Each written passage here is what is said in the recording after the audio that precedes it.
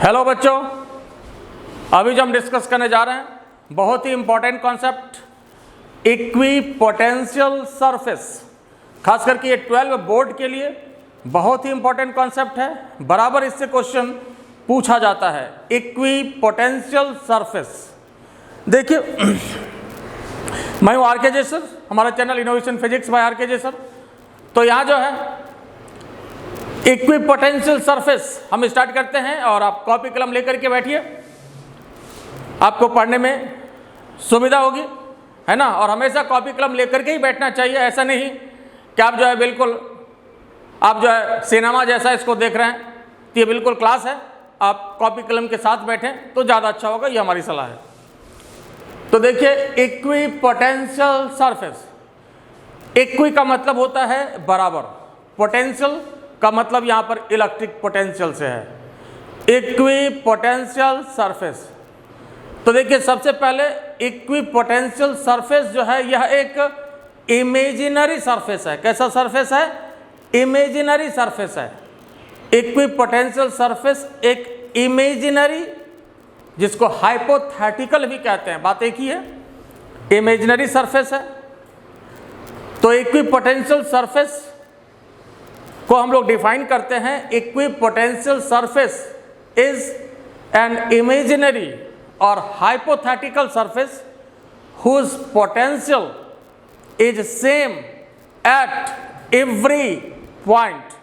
जिसका पोटेंशियल क्या होता है? सेम होता है हर एक पॉइंट पर।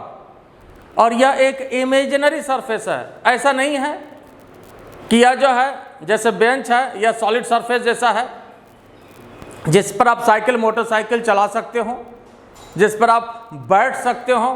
तो ऐसा नहीं है, गिरोगे धड़ाम से। इसलिए यह एक इमेजिनरी सरफेस है, इसको इमेजिन किया जाता है। यह एक इमेजिनरी सरफेस है। किसी भी चीज़ को स्टडी करने के लिए कई जगह पर बहुत चीज़ हम लोग कंसीडर करते हैं, तो यहाँ पर एक इमेजिनरी कॉन्सेप्ट है ये, ठीक है। तो देखिए ये आपको डिफाइन भी जो किया गया है, equipotential surface is an imaginary या हाइपोथेटिकल, बात एक ही है, whose potential is same at every point. तो इसको बोलते हैं इक्विपोटेंशियल सरफेस। और इक्विपोटेंशियल सरफेस में भी स्फेरिकल, सिलिंड्रिकल और प्लेन। इक्विपोटेंशियल सरफेस स्फेरिकल भी हो सकता है, सिलिंड्रिकल भी हो सकता है या प्लेन भी हो सकता है, तीनों हो सकता है। ये डिपेंड करेगा कि वहाँ पर चार्ज किस तरह का है, कैसे डिस्ट्रीब्यूट किया गया है। हम बारी बारी से सब की बात करेंगे कि कब जो है स्फेरिकल होता है, कब प्लेन होता है, कब सिलिंड्रिकल होता है, हम सब की बात करेंगे, ठीक है। तो जिस तरह से हम लोग पहले पढ़े थे इलेक्ट्रोस्टैटिक्स में ही इलेक्ट्रिक लाइन ऑफ फोर्सेस, तो इलेक्ट्रिक लाइन ऑफ फोर्सेस की कई इंपॉर्टेंट प्रॉपर्टी है। तो उसी तरह से यहाँ पर इक्विपोटेंशियल सरफेस की भी कई इंपॉर्टेंट प्रॉपर्टी है, हम उस पर भी डिस्कस करेंगे। तो पहले तो डेफिनेशन समझ गए। अब यहाँ पर देखिए इक्विपोटेंशियल सरफेस में भी स्फेरिकल। स्फेरिकल कब होता है? देखिए जैसे कोई भी पॉइंट चार्ज है, जरा ध्यान से देखिए, जैसे मान लीजिए कोई भी प्लस क्यू चार्ज है, तो सबसे पहले जरा इक्विपोटेंशियल सरफेस को भी हम लोग और समझेंगे। Electric line of forces, positive charge है तो इससे ऐसे निकलता है। इलेक्ट्रिक लाइन ऑफ फोर्सेस इस तरह से होता है, ये आपको पता है। ये electric line of forces, electric line of forces का ये डायरेक्शन है। और देखिए जैसे यहाँ पर अगर यह एक सरफेस हम इमेजिन करें, यह एक स्फेरिकल सरफेस होगा और ये 3D फिगर है, 3 डायमेंशनल फिगर है, 2 डायमेंशनल फिगर नहीं है। तो ये पहला इक्विपोटेंशियल सरफेस, यह जो है दूसरा इक्विपोटेंशियल सरफेस, फिर इसके ऊपर एक हम स्फेरिकल सरफेस इमेजिन करें तो यह जो है ये तीसरा इक्विपोटेंशियल सरफेस। जैसे ये पहला, फिर इससे बड़ा स्फीयर दूसरा, फिर इससे बड़ा स्फीयर तीसरा।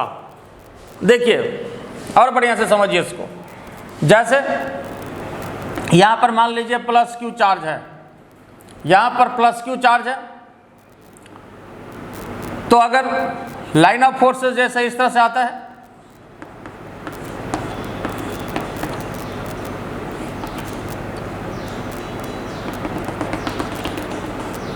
मान लीजिए अगर यह कोई भी पॉइंट है तो 4 से इसका डिस्टेंस मान लीजिए अगर 10 सेंटीमीटर है, तो यहाँ का भी डिस्टेंस तो 10 सेंटीमीटर ही है, यहाँ का भी डिस्टेंस 10 सेंटीमीटर ही है। तो पोटेंशियल का जो फॉर्मूला होता है 1/4πε0 Q/R विथ नेगेटिव साइन। तो चार्ज तो सबके लिए सेम है और ये स्फेरिकल सरफेस पर डिस्टेंस क्या है, सब जगह बराबर है। देखिए, तो जब ये डिस्टेंस बराबर है तो इसके हर एक पॉइंट पर पोटेंशियल क्या होगा, बराबर होगा। इस फॉर्मूला के हिसाब से -KQ/R। तो यहाँ देखिए R जब बराबर होगा तो इसका मतलब है इसके हर एक पॉइंट पर पोटेंशियल क्या होगा, बराबर होगी। तो इक्विपोटेंशियल सरफेस का मतलब हुआ कि यहाँ पोटेंशियल, यहाँ पोटेंशियल, यहाँ पोटेंशियल बराबर होगा। जैसे अगर ये V है या V1 है तो यहाँ भी V1 होगा, यहाँ भी V1 होगा। मतलब जैसे अगर यहाँ पर V1 है तो यहाँ भी V1 होगा। ऐसा नहीं कि यहाँ V1 होगा तो यहाँ V1 होगा। ये दूसरा इक्विपोटेंशियल सरफेस है। अगर यहाँ पर V2 होगा तो इसके हर एक पॉइंट पर V2 होगा, यहाँ पर भी फिर V2 होगा। ये तीसरा इक्विपोटेंशियल सरफेस है। यहाँ पर V3 होगा तो यहाँ पर भी V3 होगा, यहाँ पर भी V3 होगा। लेकिन जैसे यहाँ V1 हो गया, यहाँ V2 हो गया, ये V3 हो गया। तो यह जो आपका स्फीयर देख रहे हैं ये इक्विपोटेंशियल सरफेस है, फिर ये अलग इक्विपोटेंशियल सरफेस है, फिर ये अलग इक्विपोटेंशियल सरफेस है, ऐसा। फिर देखिए, मान लीजिए थोड़ा और इसको आगे बढ़ाते हैं। इक्विपोटेंशियल सरफेस के लिए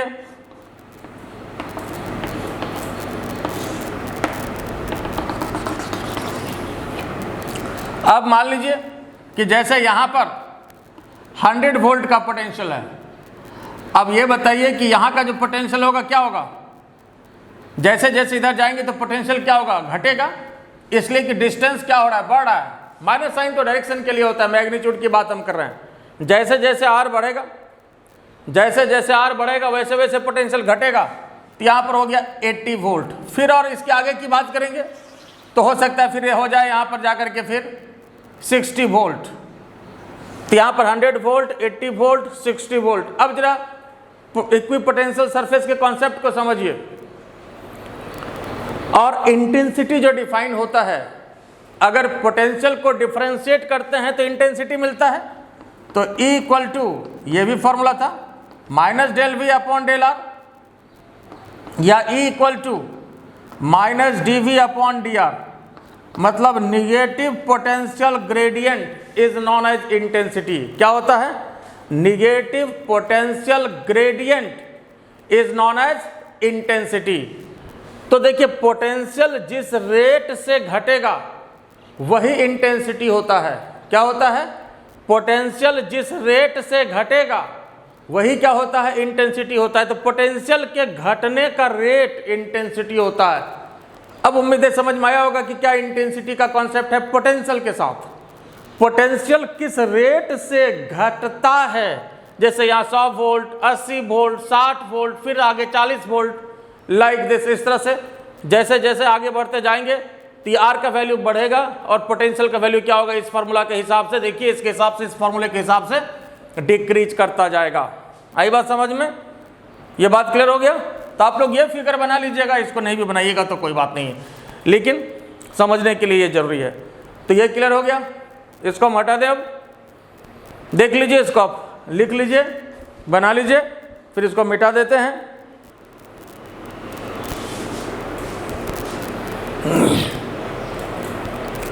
यहां तक कोई दिक्कत हुआ, ठीक है।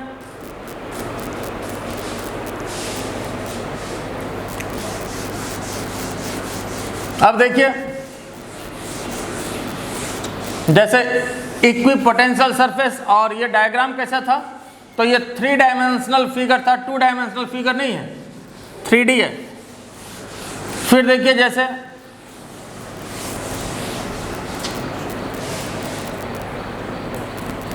इक्विपोटेंशियल सरफेस प्लेन कब होता है, जैसे मान लीजिए अगर कोई भी शीट हो, मान लीजिए मेटेलिक शीट हो जैसे, और इसमें अगर हम चार्ज दे दें, मान लीजिए यहाँ पर ये पॉजिटिव चार्ज दे दिया और ये मेटेलिक शीट है, इस पर चार्ज दे दिया, तो इससे लाइन ऑफ फोर्सेस कैसे निकलेगा? ऐसे निकलेगा। लाइन ऑफ फोर्सेस देने का तरीका भी बताएं हैं। जैसे यहाँ पर आपको पता करना है, यहाँ टेस्ट चार्ज देंगे। टेस्ट चार्ज क्या होता है? यूनिट पॉजिटिव चार्ज, और यहाँ भी पॉजिटिव, यहाँ भी पॉजिटिव, क्या होगा? रिपल्सन होगा। अब इतना तो समझ ही सकते हो आप लोग, जवान आदमी हो। ये पॉजिटिव पॉजिटिव क्या होता है? रिपल्सन होता है, तो रिपल्सन हो गया। फिर यहाँ पर ये रिपल्सन हो गया, फिर यहाँ पर रिपल्सन हो गया। तो ये ऐसे, यह जो है इलेक्ट्रिक फील्ड का डायरेक्शन हुआ। ये किसका डायरेक्शन हुआ साहब? ये इलेक्ट्रिक फील्ड का डायरेक्शन हुआ। ठीक है। तो दूसरी बात, ये चार्ज शीट है जिस पर कि दिया गया चार्ज, और ये इलेक्ट्रिक लाइन ऑफ फोर्सेस। तो यहाँ पर जो अगर एक इसके पैरेलल हम सरफेस इमेजिन करें, तो यह जो होगा ये इक्विपोटेंशियल सरफेस होगा। जैसे ये पहला इक्विपोटेंशियल सरफेस ये हुआ, ये आपका ये दूसरा बनेगा, फिर देखिए यहाँ पर ये तीसरा बनेगा, फिर आगे चौथा बनेगा, लाइक दिस। इस तरह से ये बनता जाएगा। तो इस तरह से लाखों हजारों इक्विपोटेंशियल सरफेस हो सकता है। आई बात समझ में? तो यहाँ देखिए हमने क्या किया, जैसे मान लीजिए कॉपी के एक पेज पर आप चार्ज दे दीजिए, दूसरा पेज यहाँ पर रख दीजिए ऐसे करके, तो यह जो एक पहला इक्विपोटेंशियल सरफेस हो गया। फिर एक तीसरा पेज यहाँ रख दीजिए, सपोज समझने के लिए आइए, यह जो है एक इक्विपोटेंशियल सरफेस हो गया। फिर एक पेज यहाँ ऐसे रख दीजिए, ठीक है। या कॉपी कोई आप मान लीजिए कि चार्ज शीट है, एक कॉपी ऐसे रखिए, इस पर चार्ज दीजिए, दूसरा कॉपी इसके पैरेलल रख दीजिए, तीसरा कॉपी इसके पैरेलल रख दीजिए, चौथा इसके पैरेलल रख दीजिए। तो ये सभी क्या होगा? इक्विपोटेंशियल सरफेस होगा। और एक पर तो आपने जो चार्ज दिया था वह मेन शीट है, चार्ज शीट, और ये पहला इक्विपोटेंशियल सरफेस, दूसरा इक्विपोटेंशियल सरफेस, तीसरा इक्विपोटेंशियल सरफेस, चौथा इक्विपोटेंशियल सरफेस, इस तरह से होगा। आई बात समझ में?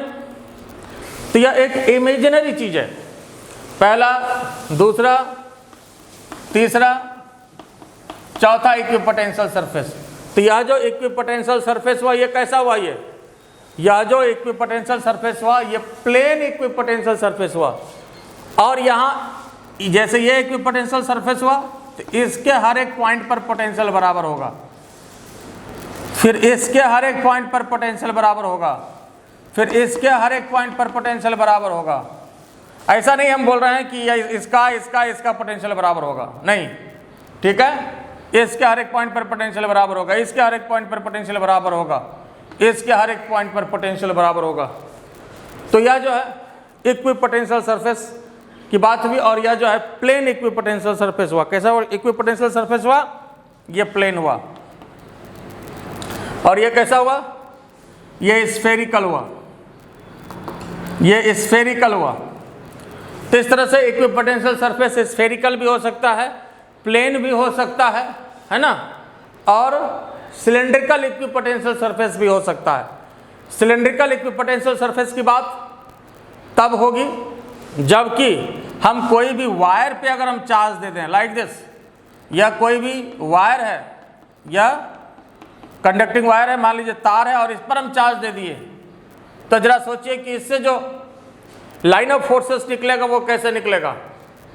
ये वायर ऐसे खड़ा कर दिया, वायर है, ठीक है ना, ये वायर है, जैसे मान लीजिए चौक है, सपोज ये वायर हो गया। लाइन ऑफ फोर्सेस कैसे निकलेगा? ऐसे ऐसे ऐसे ऐसे ऐसे, हर तरफ इस तरह से, जरा देखिए तो हर तरफ निकलेगा। और चौक बिल्कुल पतला मानिए, तार है ये, ठीक है ना, ये तार है, हर तरफ ऐसे ऐसे इस तरह से ये निकलेगा लाइन ऑफ फोर्सेस।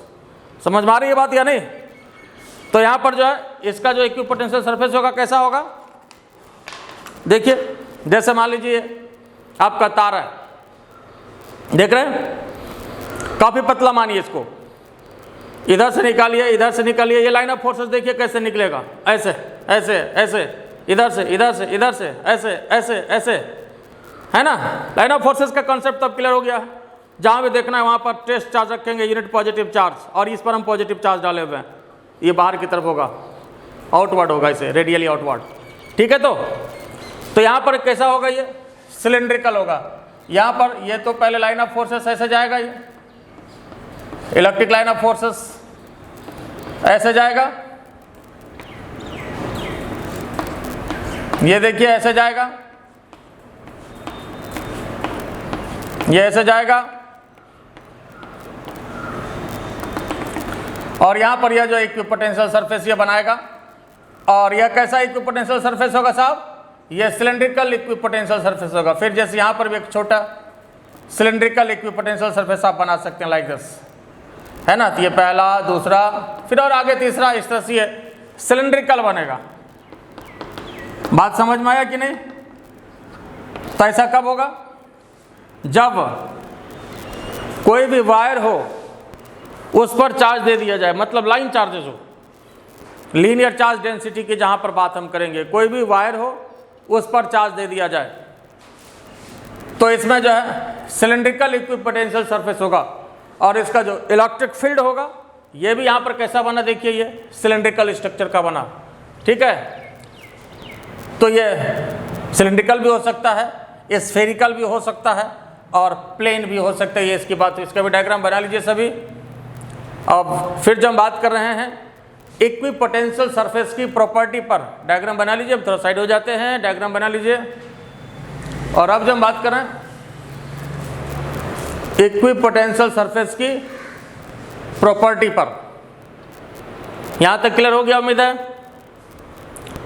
यहां तक कोई दिक्कत? चलिए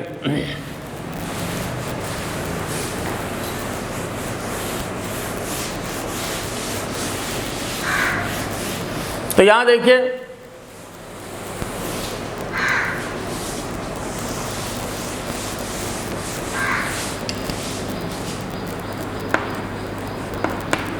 प्रॉपर्टीज ऑफ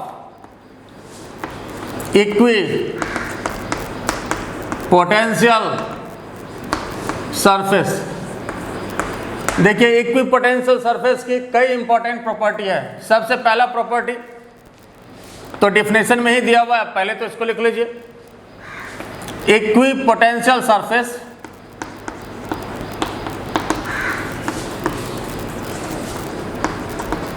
इज एन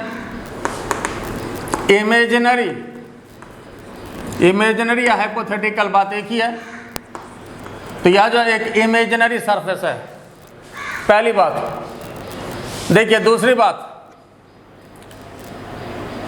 जैसा ये डायग्राम आप देख रहे हैं, ये बताइए इसमें ये इलेक्ट्रिक लाइन ऑफ फोर्सेस का डायरेक्शन है, ये इलेक्ट्रिक लाइन ऑफ फोर्सेस का डायरेक्शन है, और ये इक्विपोटेंशियल सरफेस है।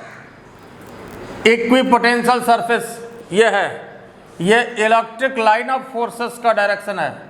तो इलेक्ट्रिक लाइन ऑफ फोर्सेस का डायरेक्शन और इलेक्ट्रिक फील्ड का डायरेक्शन क्या होता है? सेम होता है। इलेक्ट्रिक लाइन ऑफ फोर्सेस के डायरेक्शन में ही इलेक्ट्रिक फील्ड का डायरेक्शन होता है। तो ये इलेक्ट्रिक फील्ड का भी डायरेक्शन हुआ, और यहां पर ये इक्विपोटेंशियल सरफेस है। तो दोनों के बीच एंगल देखिए, एंगल कितना बना? 90। तो यही इसकी यहां पर प्रॉपर्टी हम लिखने जा रहे हैं, बहुत इंपॉर्टेंट प्रॉपर्टी है। Equipotential surface is always perpendicular to the direction of electric field. Equipotential surface is always perpendicular to the direction of electric field, या उसका उल्टा भी कह सकते हैं कि electric field is always perpendicular to the direction of equipotential surface. तो यहां पर देखिए equipotential surface, equipotential surface is always perpendicular to the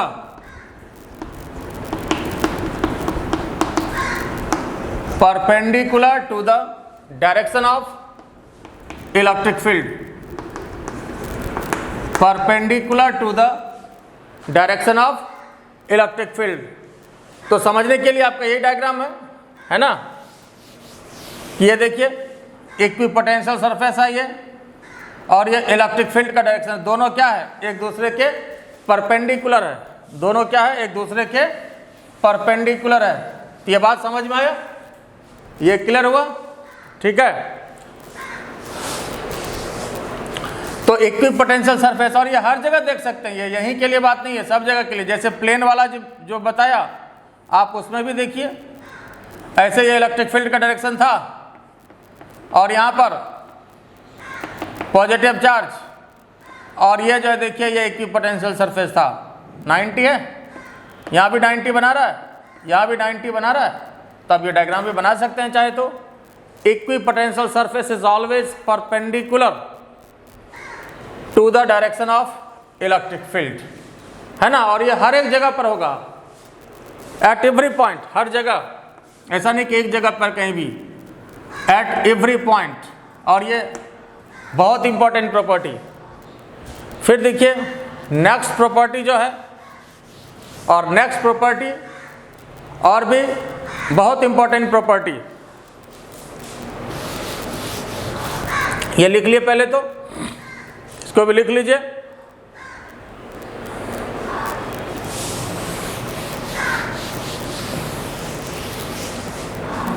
फिर देखिए next property,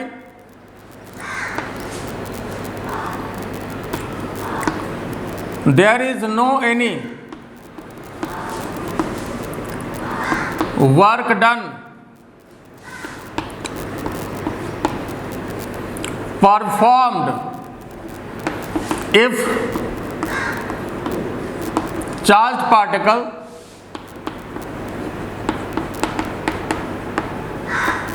moves on the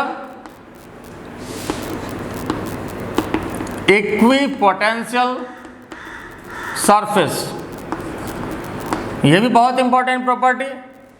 there is no any work done performed if charge particle moves on the equipotential surface. मतलब अगर कोई भी चार्ज पार्टिकल किसी equipotential surface पर move करता है तो कोई भी वर्क डन परफॉर्म नहीं होता है ना। कैसे नहीं होता, अभी इसको हम समझाते हैं, इसको लिख लीजिए।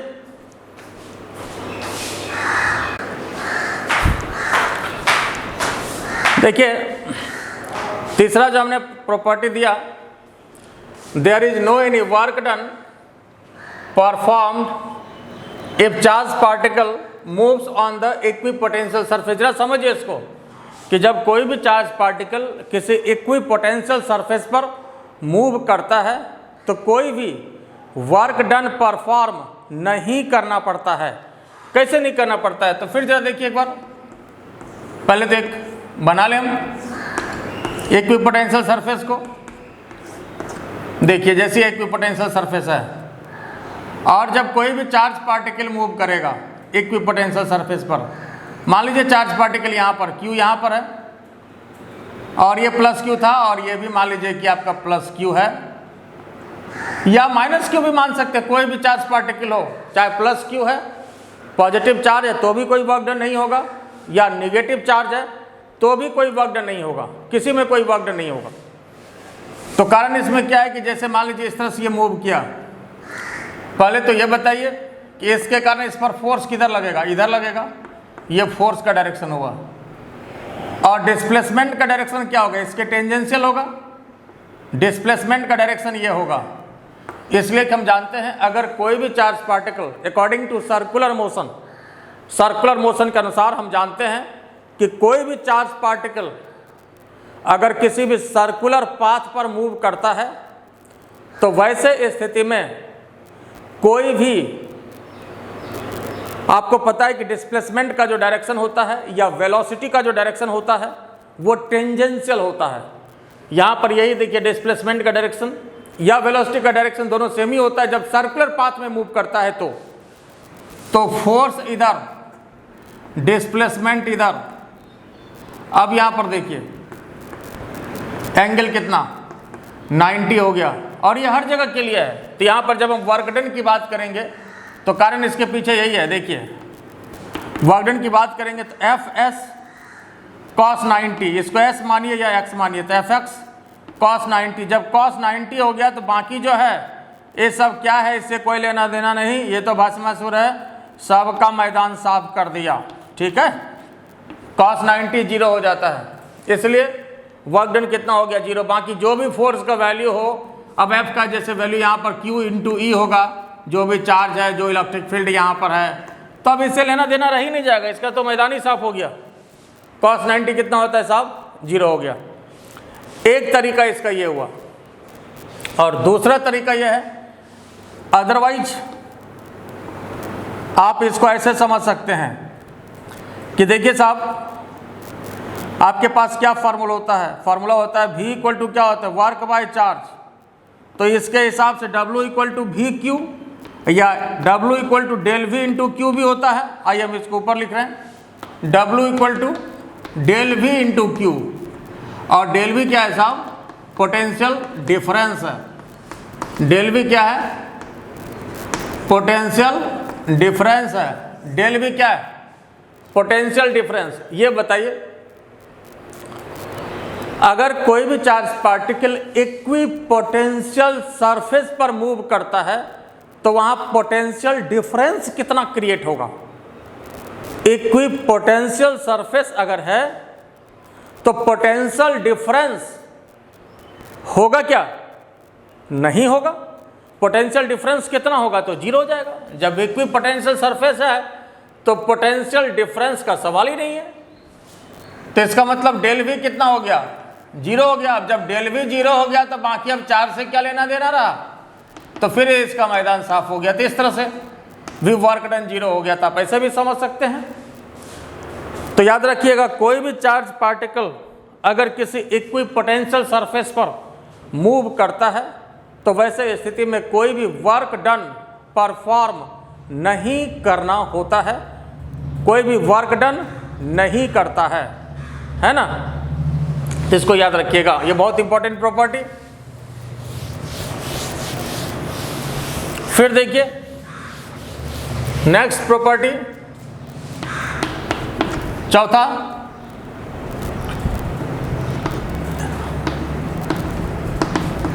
Equipotential surface never intersect each other.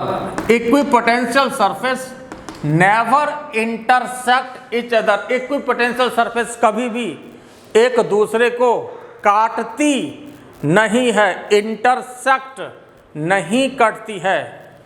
जैसे इसी तरह की property electric line of forces में भी हुई थी। इलेक्ट्रिक लाइन ऑफ फोर्सेस एक दूसरे को काटती है क्या, बताइए। आप लोग पढ़े हुए हैं पहले, है ना, पहले हम बताए हुए हैं इलेक्ट्रिक लाइन ऑफ फोर्सेस की प्रॉपर्टी में कि इलेक्ट्रिक लाइन ऑफ फोर्सेस एक दूसरे को काटती है क्या। तो इसका आंसर है साहब नहीं, इलेक्ट्रिक लाइन ऑफ फोर्सेस भी एक दूसरे को नहीं काटती है। इलेक्ट्रिक लाइन ऑफ फोर्सेस भी एक दूसरे को नहीं काटती है, और यहां भी इक्विपोटेंशियल सरफेस भी एक दूसरे को नहीं काटती है, इंटरसेक्ट नहीं करेगी।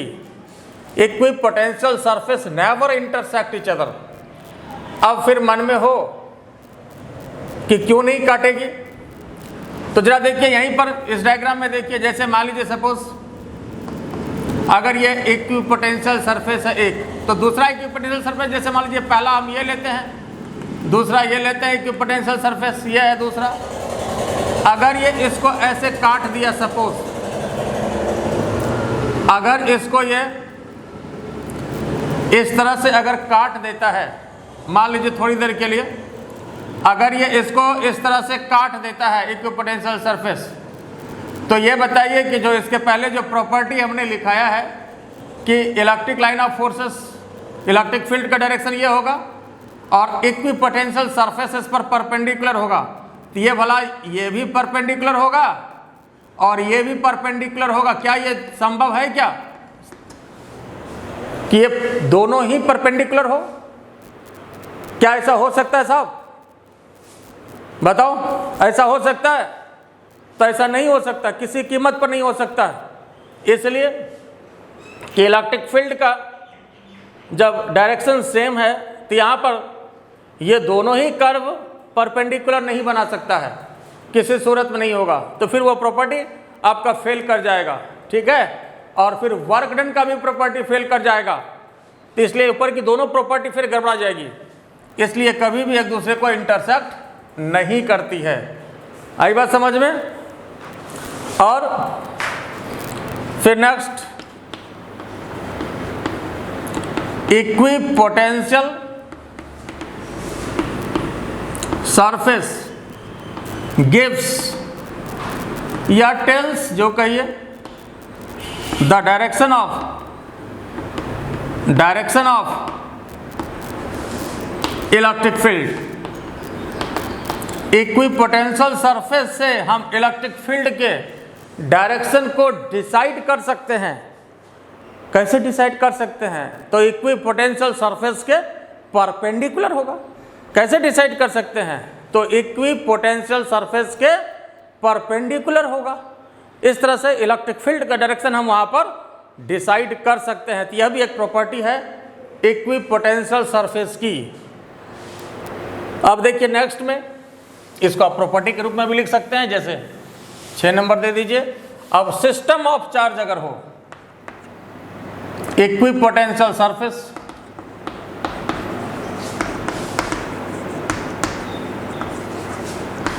Due to system of charge. अब इसमें जो है डाइपोल की बात करेंगे।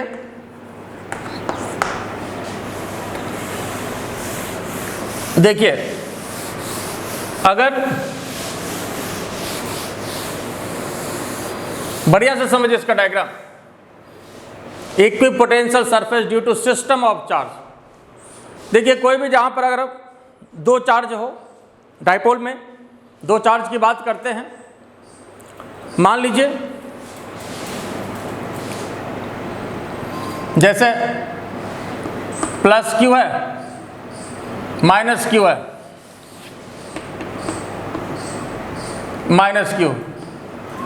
इसका इलेक्ट्रिक लाइन ऑफ फोर्सेस का डायरेक्शन कैसा होता है?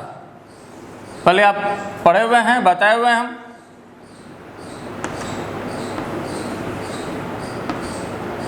जो नहीं पढ़े हैं तो डिस्क्रिप्शन में लिंक दिया हुआ है, उसको देख लीजिए। इस तरह से इलेक्ट्रिक लाइन ऑफ फोर्सेस का डायरेक्शन होता है। इलेक्ट्रिक लाइन ऑफ फोर्सेस का डायरेक्शन होता है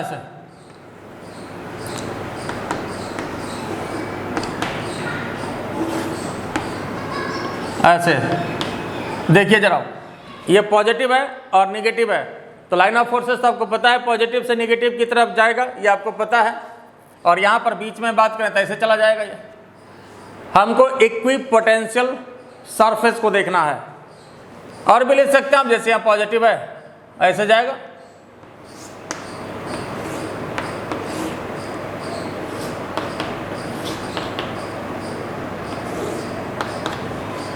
अब यहां देखिए, तो इक्विपोटेंशियल सरफेस जो होता है हमेशा ही इलेक्ट्रिक फील्ड के परपेंडिकुलर डायरेक्शन में होता है। किसके परपेंडिकुलर डायरेक्शन में होता है? इलेक्ट्रिक फील्ड के। तब यहां पर देखिए, ये इलेक्ट्रिक फील्ड का डायरेक्शन है, इसके परपेंडिकुलर ये देखिए, यहां पर ये इक्विपोटेंशियल सरफेस होगा। फिर देखिए, हम और इधर की बात करेंगे, जैसे यहां हर जगह ये परपेंडिकुलर बनाएगा, ये देखिए परपेंडिकुलर बनाएगा, ये इक्विपोटेंशियल सरफेस होगा साहब। फिर यहां की बात करें, देखिए और आगे ये इक्विपोटेंशियल सरफेस होगा। फिर देखिए, ये इक्विपोटेंशियल सरफेस होगा। यहां बात करें, देखिए ये इक्विपोटेंशियल सरफेस होगा, ये इक्विपोटेंशियल सरफेस होगा। फिर देखिए यहां बात करें, ये इक्विपोटेंशियल सरफेस होगा। अब मन में हो सकता है कैसा क्यों लिए? हर जगह आप देख लीजिए, जहां भी लिए हैं, अंदर की बात क्या है इसमें। यहां देखिए परपेंडिकुलर है, ये देखिए इक्विपोटेंशियल सरफेस परपेंडिकुलर है, दिख रहा है, यहां परपेंडिकुलर दिख रहा है। जहां देखिएगा वहीं आपको परपेंडिकुलर दिखेगा। ये यहां देखिए इक्विपोटेंशियल सरफेस, देखिए इलेक्ट्रिक लाइन ऑफ फोर्सेस का डायरेक्शन ये है, परपेंडिकुलर दिख रहा है। यहाँ देखिए ये नेगेटिव की तरफ तीर होगा, यहाँ तीर तो नेगेटिव ही है, ठीक है। तो यहाँ देखिए परपेंडिकुलर है, जहाँ देखना हो देखिए परपेंडिकुलर है, देखिए हर जगह परपेंडिकुलर मिलेगा। यहाँ देखिए हर जगह परपेंडिकुलर मिलेगा, ये देखिए हर जगह इलेक्ट्रिक लाइन ऑफ फोर्सेस के ये परपेंडिकुलर आना चाहिए, ठीक है। तो इसका ये कॉन्सेप्ट है, ये भी डायग्राम बना लीजिए। और ये था जबकि ये पॉजिटिव हो और ये निगेटिव हो। और फिर हम बात करते हैं जब दोनों ही पॉजिटिव हो, दोनों ही जब चार्ज पॉजिटिव हो। ये बना लिया आप लोग, ये क्लियर हो गया, मिटा दें। तो चलिए अब अगर दोनों पॉजिटिव हो, जरा देखिए तो क्या होगा।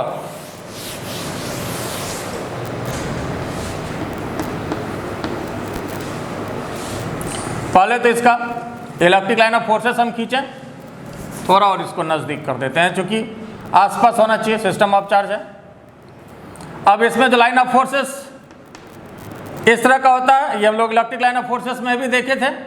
और इसका तीर बाहर जाएगा इसलिए कि टेस्ट चार्ज, ये प्लस और ये भी टेस्ट चार्ज के डायरेक्शन को देता है, ये आपको पता है। ये देखिए इलेक्ट्रिक लाइन ऑफ फोर्सेस का डायरेक्शन,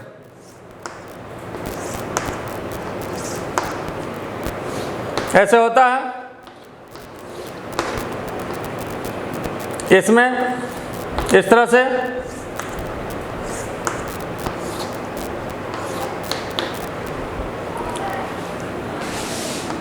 ऐसा डायरेक्शन, ये जो है इलेक्ट्रिक लाइन ऑफ फोर्सेस का डायरेक्शन होता है साहब।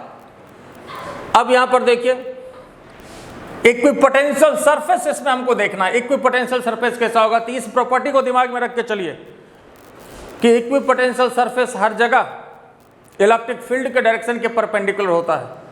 इलेक्ट्रिक फील्ड के डायरेक्शन के परपेंडिकुलर होता है। इलेक्ट्रिक फील्ड के डायरेक्शन के परपेंडिकुलर होता है। तो यहां देखिए और भी लाइन ऑफ फोर्सेस आप ले सकते हैं। तो यहां जो देखिए ये कैसा होगा, हर जगह परपेंडिकुलर, ये भी देखिए हर जगह परपेंडिकुलर होगा, यहाँ भी हर जगह परपेंडिकुलर होगा। तो ये परपेंडिकुलर होने के लिए थोड़ा सा यहाँ पर इसको ये शेप ऐसा ले लेगा, देखिए ऐसा शेप ले लेगा, यहाँ इस तरह का शेप लेगा ये, ठीक है।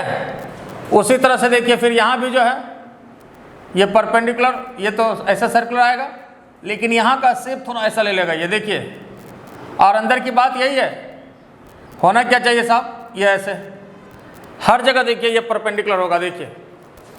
और यहाँ पर जो है बीच में इक्विपोटेंशियल सरफेस होगा ही नहीं, यहाँ पर दोनों मिल जाएगा। यहाँ बीच का मैदान खाली है, तो खाली होने के पीछे यहाँ कारण क्या है, खाली होने के पीछे यहाँ कारण है कि यहाँ इलेक्ट्रिक फील्ड नहीं होगा।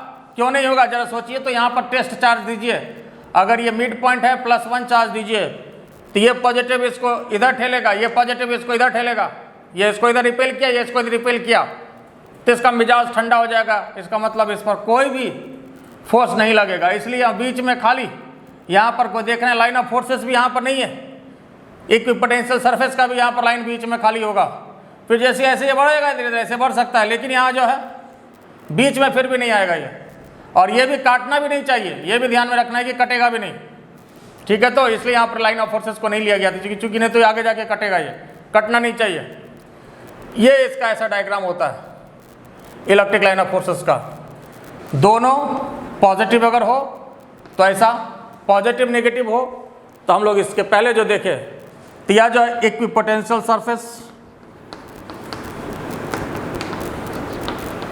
सरफेस का डायग्राम हुआ। अब मन में हो कि यहाँ पर इस तरह का इक्विपोटेंशियल सरफेस क्यों लिया गया है, तो कंसेप्ट वही है, इलेक्ट्रिक फील्ड के परपेंडिकुलर होगा। क्या होगा, इलेक्ट्रिक फील्ड के परपेंडिकुलर होगा, हर जगह इलेक्ट्रिक फील्ड के परपेंडिकुलर होगा, ठीक है। तो जरा देखिए हर जगह जहां आपको देखना है, देखिए जैसे ये अगर इक्विपोटेंशियल सरफेस है तो इसके परपेंडिकुलर, ये इसके परपेंडिकुलर, जहां देखना हो आप देख लीजिए इसके परपेंडिकुलर होगा। जहां देखना हो देखिए, बात फिगर बहुत सोच समझ करके बनाया गया है और फैराडे साहब ने लाइन ऑफ फोर्सेस बहुत सोच समझ करके दिया था। ताकि आपको भी फिगर सोच समझ करके बनाना है। बाकी बहुत ही इंटरेस्टिंग, देखिए हर जगह ये परपेंडिकुलर होगा। तो equipotential surface is always perpendicular to the electric field, और इलेक्ट्रिक फील्ड का डायरेक्शन तो already electric line of forces के डायरेक्शन में होता है, ये आपको पता है। तो इस वजह से इक्विपोटेंशियल सरफेस और इलेक्ट्रिक फील्ड एक दूसरे के परपेंडिकुलर होता है। इक्विपोटेंशियल सरफेस इलेक्ट्रिक फील्ड के परपेंडिकुलर होगा, या आप ये कह सकते हैं कि इलेक्ट्रिक फील्ड इक्विपोटेंशियल सरफेस के परपेंडिकुलर होगा। दोनों एक दूसरे के परपेंडिकुलर होगा तो एंगल कितना होगा, 90 बनेगा। ये समझ गए? बोले इसमें कोई दिक्कत है? Anybody, any doubt? तो चलिए ठीक है, आज इतना ही। हमारा channel innovation physics by R K. Sir, और इस तरह का वीडियो आपको मिलता रहे इसके लिए सब्सक्राइब कर लीजिएगा, ठीक है, और बेल आइकन दबा दीजिएगा तो आपको मैसेज सबसे पहले मिलता रहेगा। Thank you for watching this video. Thank you very much.